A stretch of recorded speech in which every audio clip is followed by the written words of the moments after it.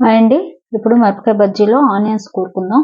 దానికి ఫస్ట్ ఆనియన్స్ని ఇలా సన్నగా కట్ చేసుకోవాలి. తర్వాత ఇందులో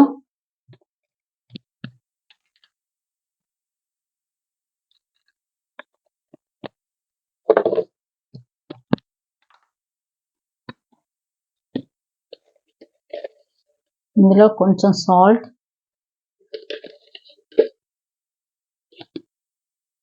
అలాగే కొంచెం గరం మసాలా,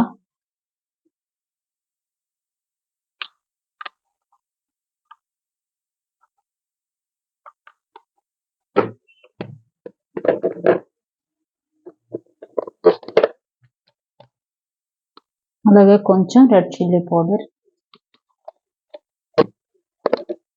వేసి, అలాగే కొంచెం లెమన్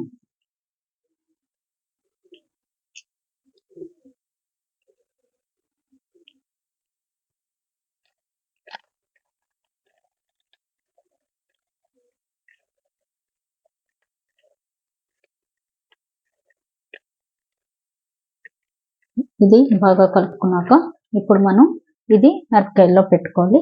ఫస్ట్ దానికి మిరపకాయ బజ్జీని ఇలా కట్ చేసుకోవాలి.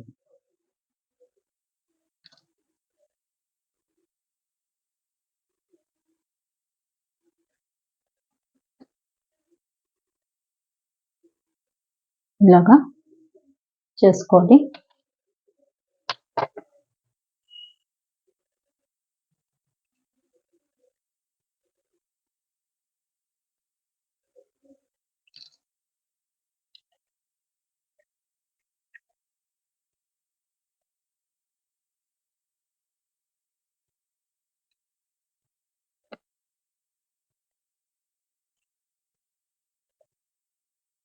ఇలాగా అన్నిటిలోనూ కూరుకోవాలి.